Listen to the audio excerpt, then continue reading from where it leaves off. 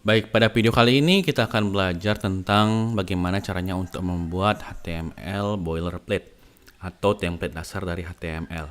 Jadi silakan klik kanan di sini, terus kita akan buat folder baru.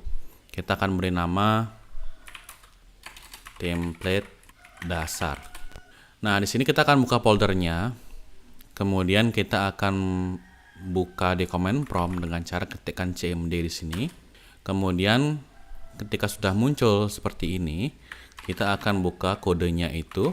Kita akan buka foldernya di Visual Studio Code pakai code titik. Nah, di sini kita bakalan buat file baru. Kita akan beri nama index.html. Oke. Jadi di sini udah muncul file index.html-nya dan kita akan buat template dasarnya di sini. Nah, untuk membuat template dasarnya itu kita nggak usah buat secara manual seperti itu. Jadi kita bisa menggunakan namanya emmet. Contoh emmet itu kayak begini. Jadi kalau kita ketikkan tanda seru begitu, ini namanya emmet abbreviation. Jadi ada beberapa singkatan yang kalau kita ketikkan dan kita tekan tab di keyboard, nanti akan autocomplete seperti ini gitu. Nah, untuk emmet ini nanti kita akan pelajari ya khusus di video lainnya. Jadi emmet ini berisi sintak-sintak khusus yang membantu kita untuk mempercepat kita menulis kode. Itu kegunaan dari emmet. Nah, bisa Anda perhatikan di sini yang pertama ada namanya doctype HTML.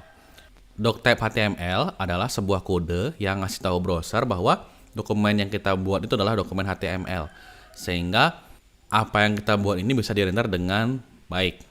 Kemudian ada HTML yang ini. Nah, ini itu adalah awal dan akhir dari dokumen HTML kita gitu. Jadi ini adalah root-nya gitu. Dan di sini ada sebuah atribut namanya length. Length ini singkatan dari language. Jadi bahasa apa HTML kita gitu. Kalau bahasa Inggris kita bisa pakai en di sini. Kalau misal bahasa Indonesia kita bisa pakai id di sini. Nah, untuk apa yang bisa kita isi di sini, Anda bisa Anda bisa cek di link berikut ini. Dan ini itu adalah kode ISO language. Jadi berfungsi untuk memberitahu search engine bahwa HTML yang kita buat itu adalah berbahasa Indonesia. Selain itu buat orang-orang yang memiliki keterbatasan untuk melihat atau tidak bisa melihat, ini bisa membantu banget karena ada sebuah software namanya screen reader. Di screen reader itu dia itu membacakan HTML yang kita buat ini gitu. Jadi ketika pakai screen reader, ketika buka website, screen reader ini akan membacakan apa yang ada di dalam website tersebut. Jadi dia itu pakai text to speech. Dia itu bakalan bacain dari atas ke bawah gitu screen readernya.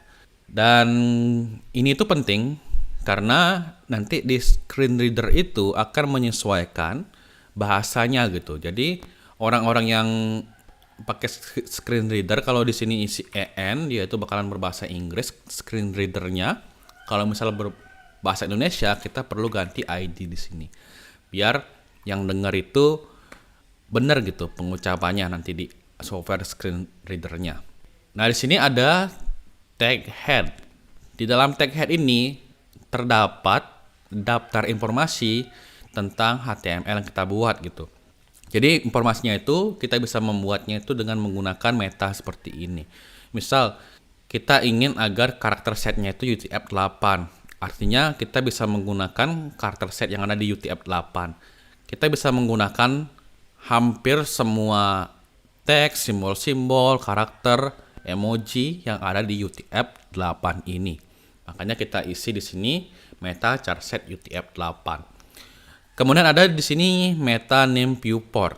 Nah, untuk yang ini kita akan bahas di video yang terpisah ya. Jadi saya akan praktekkan apa sih fungsinya meta ini gitu. Apa sih perbandingan dengan menggunakan meta ini dengan tidak gitu. Jadi ini itu penting ketika kita ingin membuat CSS nantinya. Kemudian ada namanya tag title. Tag title digunakan untuk mengubah judul dari dokumen yang kita buat gitu. Jadi kalau kita simpan ini ya, simpan. Kemudian kita akan buka di browser file HTML-nya, di sini bakalan muncul dokumen gitu di bagian tab ini gitu. Kita bisa ubah ini dengan cara kita ganti aja di sini kontennya. Misal dokumen template dasar gitu. Kalau kita simpan, maka di sini juga akan berubah gitu. Nah, di sini dokumen template dasar jadinya. Kemudian ada tag body. Nah, tag body itu apa? Jadi tag body ini adalah sebuah tag di mana tempat-tempat kita menuliskan HTML yang bisa dilihat secara visual. Misal, Anda ingin membuat H1 gitu. Hello world. Anda ingin membuat paragraf. Jadi silahkan isi semua di sini di tag body-nya gitu. Nah, kita isikan di sini gitu.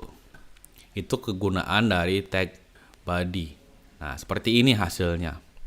Kalau kita buat HTML, sebagian besar waktunya digunakan untuk menulis kode yang buat untuk di sini di bagian dalam tag body ini gitu.